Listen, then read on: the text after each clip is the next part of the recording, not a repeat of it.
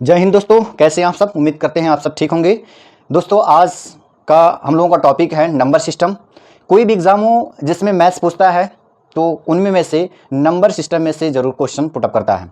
तो हम लोग आज कवर करने वाले हैं नंबर सिस्टम। तो शुरुआत करते हैं। नंबर सिस्टम मेरे भाई यह एक महत्वपूर्ण चैप्टर है और काफ़ी बड़ा भी चैप्टर है। संख्या पद्धति। सबसे पहले हमारा आता है नेचुरल नंबर। नेचुरल नंबर आता है मेरे भाई प्राकृतिक संख्या। प्राकृतिक संख्या। प्राकृतिक संख्या तो मेरे भाई 1 2 3 4 5 dash dash dash dash infinite तक की जो संख्याएं होती है उसे कहा जाता है प्राकृतिक संख्या यानी नेचुरल नंबर। और इसी को काउंटिंग नंबर भी कहा जाता है। क्या कहा जाता है? काउंटिंग नंबर भी कहा जाता है। काउंटिंग नंबर भी कहा जाता है मेरे भाई। उसके बाद हम लोगों का अगला आ जाता है whole number. Whole number. Whole number यानी पूर्ण संख्या। पूर्ण संख्या। पूर्ण संख्या मेरे भाई 1 2 3 4 5 में 1 2 3 4 5 dash dash dash dash infinite तक यानी प्राकृतिक संख्या में यानी नेचुरल नंबर में जब हम जीरो को भी सम्मिलित कर देते हैं, जब जीरो को भी हम मिला देते हैं तब वो हमारा बन जाता है होल नंबर यानी पूर्ण संख्या। यानी जीरो को मिलाने से ये संख्या पूरी हो जाती है यानी होल नंबर बन जाता है, पूर्ण संख्या बन जाता है मेरे भाई। अब यहाँ से एक क्वेश्चन पुटअप होता है, यहाँ से एक क्वेश्चन बनता है। क्वेश्चन क्या बनता है कि क्या सभी नेचुरल नंबर होल नंबर होते हैं? क्या सभी नेचुरल नंबर होल नंबर होते हैं? तो 1 2 3 4 5 इसमें भी है, 1 2 3 4 5 इसमें भी है। तो हम कहेंगे जी बिल्कुल होते हैं, यानी सभी नेचुरल नंबर हमारे क्या हो जाएंगे? होल नंबर हो जाएंगे। लेकिन अगर इस तरह से प्रश्न करता है कि क्या सभी होल नंबर आपके नेचुरल नंबर में होंगे? क्या सभी होल नंबर नेचुरल नंबर होंगे? तो यहाँ पर 1 2 3 4 5 तो आ रहा है, 1 2 3 4 5 तो आ रहा है, लेकिन जीरो इसमें नहीं आ रहा है। तो हम कहेंगे कि सभी होल नंबर नेचुरल नंबर नहीं होते हैं। यहाँ तक बात समझ में आएगी मेरे भाई। तो हम आगे बढ़ते हैं। अब हम लोग जानेंगे इंटीजर के बारे में जानेंगे मेरे भाई। इंटीजर के बारे में जानेंगे कि इंटीजर क्या होता है। इंटीजर यानी हम लोग पढ़ेंगे पूर्णांक। क्या पढ़ेंगे मेरे भाई? पूर्णांक। तो पूर्णांक क्या होता है मेरे भाई? माइनस इन्फिनिट से लेकर के प्लस इन्फिनिट तक की जो संख्या होती है, माइनस इन्फिनिट से लेकर के प्लस इन्फिनिट तक की जो संख्या होती है उसको कहा जाता है इंटीजर। उससे क्या कहा जाता है? इंटीजर। क्या कहा जाता है? इंटीजर कहा जाता है। अगर इंटीजर की बात करें तो इंटीजर मतलब 2 टाइप्स होते हैं। कितने टाइप्स होते हैं मेरे भाई? 2 टाइप्स होते हैं। एक हमारा हो जाएगा पॉजिटिव इंटीजर। एक क्या हो जाएगा मेरे भाई? पॉजिटिव इंटीजर हो जाएगा यानी धनात्मक पूर्णांक एक होगा। एक हमारा होगा मेरे भाई धनात्मक पूर्णांक होगा, जैसे 1 2 3 4 5 6 डैश डैश डैश इनफाइनाइट तक है, यानी नंबर ये चलते रहेंगे मेरे भाई। और दूसरा हमारा क्या होता है? दूसरा होता है ऋणात्मक यानी नेगेटिव इंटीजर होता है मेरे भाई। नेगेटिव इंटीजर होते हैं यानी ऋणात्मक पूर्णांक। तो ऋणात्मक पूर्णांक क्या होते हैं मेरे भाई? जैसे माइनस इनफाइनाइट से लेकर के अनंत से लेकर के माइनस अनंत से लेकर के -4 -3 -2 और -1 होते हैं मेरे भाई। तो आपको ये बात समझ में आ गई है कि इंटीजर जो होते हैं वो क्या होते हैं? वो इंटीजर होते हैं माइनस इनफाइनाइट से लेकर के प्लस इनफाइनाइट तक की संख्या को क्या कहा जाता है? इंटीजर कहा जाता है। अगर इसको और डीपली में समझने का प्रयास करें मेरे भाई तो ये 2 टाइप्स का होता है। एक होता है पॉजिटिव इंटीजर यानी धनात्मक पूर्णांक, और धनात्मक पूर्णांक जैसे 1 2 3 4 5 डैश डैश डैश इनफाइनाइट तक मेरे भाई। उसके बाद दूसरा हमारा आ जाता है नेगेटिव इंटीजर यानी ऋणात्मक पूर्णांक, जैसे माइनस इनफिनिट से लेकर के डैश डैश डैश करके -4 -3 -2 -1 तक होते हैं। अब मेरे भाई यहां से एक प्रश्न बन जाता है। प्रश्न क्या बनता है कि क्या सभी नेचुरल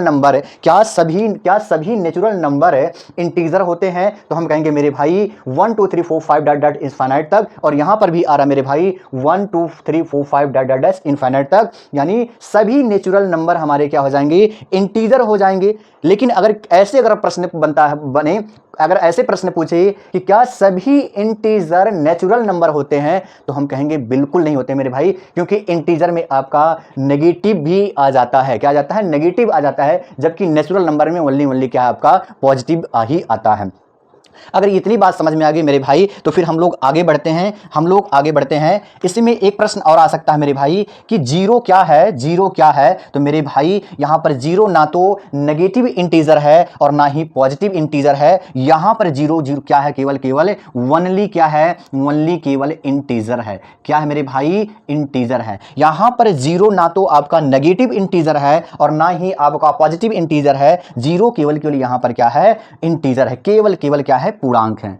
केवल पूर्णांक है। क्या मेरे भाई? केवल पूर्णांक है। अगर इतनी बात समझ में आ गई मेरे भाई, तो हम लोग आगे बढ़ते हैं। मेरे भाई अगला हमारा हो जाएगा डेसिमल के बारे में, डेसिमल नंबर के बारे में, डेसिमल नंबर के बारे में आगे हम बात करेंगे, यानी दशमलव संख्या। दशमलव संख्या मेरे भाई, दशमलव संख्या के बारे में हम लोग पढ़ेंगे कि दशमलव संख्या क्या होती है। देखिए, अगर कोई संख्या पॉइंट में लिखी हुई है, यानी 0.5 हो गया, 0.38 हो गया, 0.859, इस तरह से अगर कोई संख्या लिखी है तो वो संख्या किसमें है? दशमलव में है। किसमें है मेरे भाई? दशमलव में है। और मेरे भाई दशमलव जो संख्याएं होती है वो दो तरह का होता है। कितने तरह का होता है मेरे भाई? दशमलव संख्या दो तरह की हो सकती हैं। एक होता है टर्मिनेटिंग एक होता है टर्मिनेटिंग डेसिमल मेरे भाई, टर्मिनेटिंग डेसिमल, यानी शांत दशमलव। क्या बोलते हैं मेरे भाई? शांत दशमलव। ठीक है, शांत दशमलव संख्या। शांत दशमलव संख्या किसे कहते हैं? शांत दशमलव संख्या। दूसरा हमारा क्या होता है मेरे भाई? नन टर्मिनेटिंग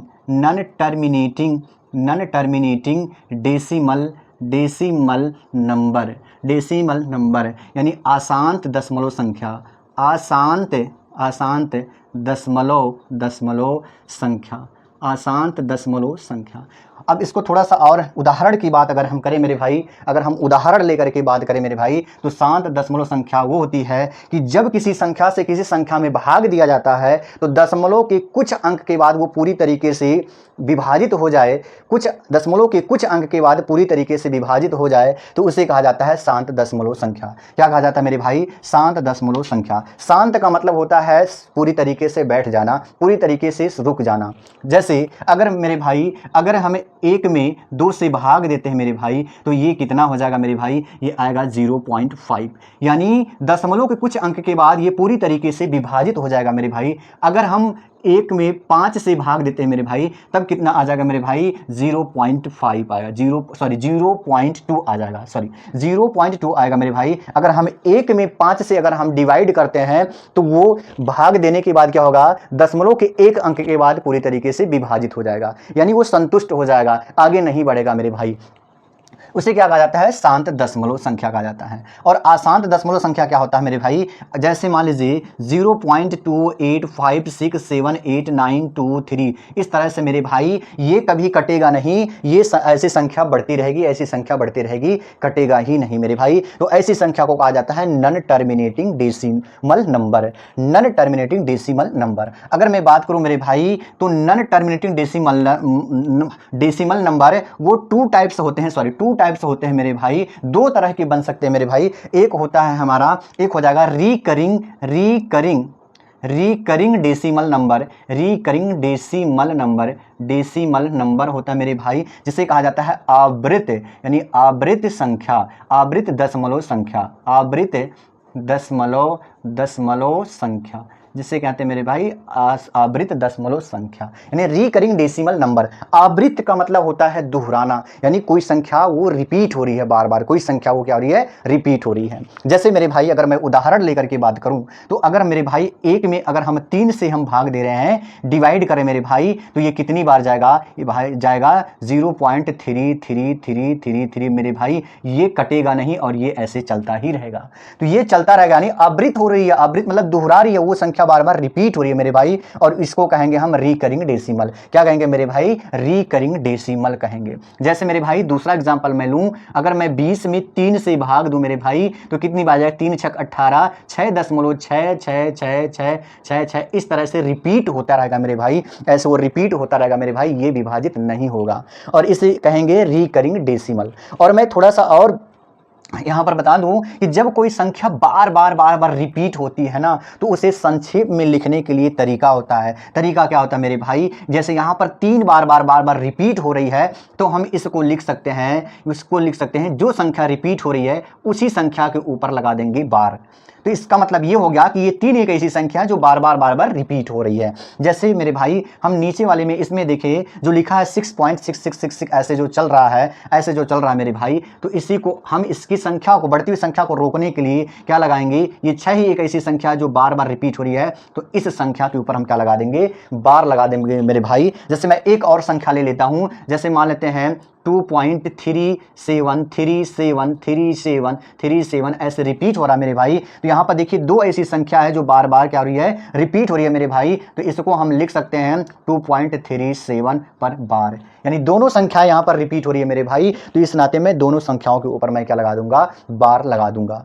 उसके बाद आ जाते हैं अशांत दशमलव संख्या का दूसरा जो है वो क्या होता है? Non recurring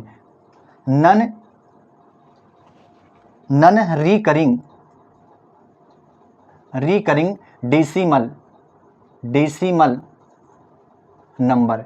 none recurring decimal number, इसको बोलते हैं अनावृत दशमलव संख्या, इसे बोलते हैं मेरे भाई अनावृत दशमलव संख्या। यानी कोई संख्या बार बार रिपीट ना हो और रुके भी ना, चलती रहे, लेकिन वो संख्या रिपीट ना हो। जैसे मेरे भाई एग्जाम्पल की बात करूं, जैसे हो गया 2586792135283, इस तरह से मेरे भाई संख्या चलती रहे, यानी संख्याएं बदल करके आती रहें और विभाजित भी ना हो, तो ऐसे कहा जाता है नन रिकरिंग डेसिमल नंबर कहा जाता है मेरे भाई। इतनी बात समझ में आ गई मेरे भाई। अब यहां से एक प्रश्न बनता है मेरे भाई। प्रश्न क्या बनता है? ध्यान रहे मेरे भाई, जो टर्मिनेटिंग डेसिमल होता है, टर्मिनेटिंग डेसिमल, ये होता है हमारा रेशनल नंबर होता है मेरे भाई, रेशनल नंबर होता है, यानी परिमेय संख्या होता है मेरे भाई। आगे हम बात करने वाले हैं कि परिमेय संख्या क्या होता है। तो यहां अभी के लिए याद रखना मेरे भाई, जो टर्मिनेटिंग डेसिमल नंबर होता है, वो हमारा किस में होता है? परिमेय संख्या के रूप में होता है। किस रूप में होता है मेरे भाई? परिमेय संख्या के रूप में होता है। लेकिन यहां पर अगर देखें मेरे भाई, ये जो संख्या बार बार रिपीट हो रही है, यानी रिकरिंग डेसिमल नंबर, यह भी हमारा क्या होता है मेरे भाई? यह भी हमारा होता है रेशनल नंबर। क्या होता है मेरे भाई? रेशनल नंबर होता है मेरे भाई। क्या होता है? रेशनल नंबर होता है मेरे भाई। तो इतनी बात समझ में आएगी मेरे भाई। मैंने क्या बताया कि जो टर्मिनेटिंग डेसिमल नंबर होता है, शांत दशमलव संख्या होता है, वो क्या होता है? रेशनल नंबर होता है मेरे भाई, परिमेय संख्या होता है मेरे भाई। और जो रिकरिंग डेसिमल नंबर होता है, यानी आवृत दशमलव संख्या जो होती है, उससे भी क्या कहा जाता है? Rational number. रेशनल नंबर के बारे में पढ़ेंगे मेरे भाई, रेशनल नंबर के बारे में पढ़ेंगे, परिमेय संख्या के बारे में पढ़ेंगे मेरे भाई। परिमेय संख्या क्या होता है मेरे भाई? देखिए मेरे भाई, परिमेय संख्या की कुछ कंडीशन होते हैं मेरे भाई, कि कोई भी संख्या P/Q के रूप में लिखी हो, कोई भी संख्या क्या हो? P/Q के रूप में लिखी हो। और दूसरी कंडीशन क्या है मेरे भाई? दूसरी कंडीशन यह है कि जो Q की जो वैल्यू है वो जीरो नहीं होना चाहिए, जो Q का जो वैल्यू है वो जीरो नहीं होना चाहिए मेरे भाई। और तीसरी कंडीशन क्या है मेरे भाई? कि P और Q जो है वो क्या होना चाहिए? दोनों इंटीजर होना चाहिए। दोनों क्या होना चाहिए मेरे भाई? इंटीजर होना चाहिए। क्या होना चाहिए? इंटीजर होना चाहिए, यानी पूर्णांक होना चाहिए। ठीक है मेरे भाई। जैसे मैं एग्जाम्पल्स की बात करूं, अगर मैं लिख दूं 2/5, यहाँ 2/5 लिखूं, तो यहाँ पर देखो, पहला हम यहाँ पर कंडीशन लागू करते हैं कि क्या यह P/Q के रूप में लिखा हुआ है, तो मेरे भाई ये 2/5 के रूप में अंश और हर के रूप में लिखा हुआ है, तो पहला हमारा कंडीशन यहाँ पर लागू हो गया। दूसरी बात अगर हम करें मेरे भाई, दूसरी कंडीशन की बात करें, तो क्या है दूसरी कंडीशन? कि Q की जो वैल्यू है वो जीरो नहीं आना चाहिए, तो मेरे भाई यहाँ पर Q की वैल्यू जीरो नहीं है, 5 है। तीसरी बात अगर मेरे भाई, तीसरा अगर हम बात करें यहाँ पर तो P और Q दोनों क्या होना चाहिए, इंटीजर होना चाहिए, इंटीजर होना चाहिए मेरे भाई। P और Q क्या होना चाहिए, इंटीजर होना चाहिए। तो यहाँ पर मेरे भाई P यहाँ पर 2 और 5 यहाँ पर क्या है, दोनों इंटीजर है, अतः ये हमारा क्या हो जाएगा, परिमेय संख्या हो जाएगा मेरे भाई, क्या हो जाएगा, परिमेय संख्या हो जाएगा। इसी प्रकार से और भी बहुत सारे एग्जाम्पल्स मेरे भाई, जैसे 3/7 हो गया, 8/9 हो गया, जैसे 10/12 हो जाएगा। तो ये हमारे क्या है मेरे भाई, यह है रेशनल नंबर, क्या है मेरे भाई, रेशनल नंबर है। अब हम बात कर लेते हैं मेरे भाई इरेशनल नंबर क्या होता है। इरेशनल नंबर क्या होता है, यानी अपरिमेय संख्या, अपरिमेय संख्या। तो मेरे भाई अपरिमेय संख्या किसे कहते हैं, ये हम लोग समझते हैं। देखिए मेरे भाई, जब कोई संख्या करड़ी से पूरी तरीके से बाहर ना निकले, यानी पूरी तरीके से बाहर ना निकले, तो वो संख्या क्या कहलाएगी मेरे भाई, अपरिमेय संख्या कहलाएगी, यानी इरेशनल नंबर कहलाएंगी। दूसरी तरीके से ऐसे भी कह सकते हैं मेरे भाई, जिसकी एग्जैक्ट वैल्यू नहीं होती है मेरे भाई, जिसकी एग्जैक्ट वैल्यू नहीं होती है मेरे भाई, उसे क्या कहते हैं, इरेशनल नंबर कहते हैं। जैसे करड़ी में 3, तो यहाँ पर 3 को अगर हम करड़ी से बाहर निकालेंगे, यानी इसका हम वर्गमूल निकालेंगे, तो हो जाएगा 1.732, कुछ इस तरह से आएगा मेरे भाई, यानी एग्जैक्ट वैल्यू नहीं आएगा मेरे भाई। इस नाते ये क्या हो जाएगा, इरेशनल नंबर हो जाएगा मेरे भाई, क्या हो जाएगा, इरेशनल नंबर हो जाएगा मेरे भाई। जैसे हो जाएगा करड़ी में 5 क्या हो जाएगा मेरे भाई, इरेशनल नंबर हो जाएगा। जैसे यहाँ पर करड़ी में 6 क्या हो जाएगा मेरे भाई, यहाँ पर क्या हो जाएगा, इरेशनल नंबर हो जाएगा।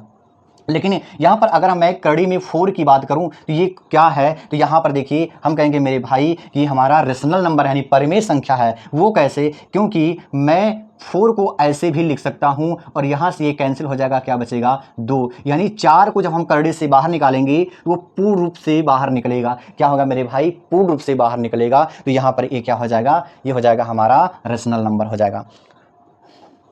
अब अगर हम बात करें कि पाई यहाँ पर क्या है, पाई यहाँ पर क्या है, 22/7 यहाँ पर क्या है। अगर हम बात करें मेरे भाई 3.14 यहाँ पर क्या है, तो मेरे भाई हम तीनों को लागू करके देखते हैं। जैसा पीछे हम लोग पढ़े हैं, उन तीन जो भी हम पीछे पढ़े हैं उसके आधार पर यहाँ पर हम देखते हैं कि यह क्या है मेरे भाई। देखिए ये जो पाई है, क्या मैं पाई को 1/पाई/1 लिख सकता हूँ, बिल्कुल लिख सकता हूँ मेरे भाई। अब यहाँ पर अगर हम बात करें कि परिमेय संख्या होने के लिए क्या क्या कंडीशन होते हैं मेरे भाई, हम लोग पढ़े हैं कि P/Q के रूप में होना चाहिए और Q की वैल्यू क्या होनी चाहिए, 0 नहीं होनी चाहिए, और P और Q दोनों क्या होने चाहिए, इंटीजर होना चाहिए मेरे भाई, क्या होना चाहिए, इंटीजर होना चाहिए। अगर ये तीनों कंडीशन इस पे लागू होती है तो हम कहेंगे ये क्या है, परिमेय संख्या है, और लागू नहीं होती मेरे भाई तो हम कहेंगे क्या है, ये हमारा हो जाएगा इरेशनल नंबर हो जाएगा, अपरिमेय संख्या हो जाएगा। तो देखिए ये P/Q के रूप में है, बिल्कुल है मेरे भाई, इसका मतलब ये पहला कंडीशन लागू हो रहा है। दूसरा मेरे भाई Q की वैल्यू 0 नहीं है, यहाँ पर Q की वैल्यू 1 है, इसका मतलब ये भी लागू हो रहा है मेरे भाई।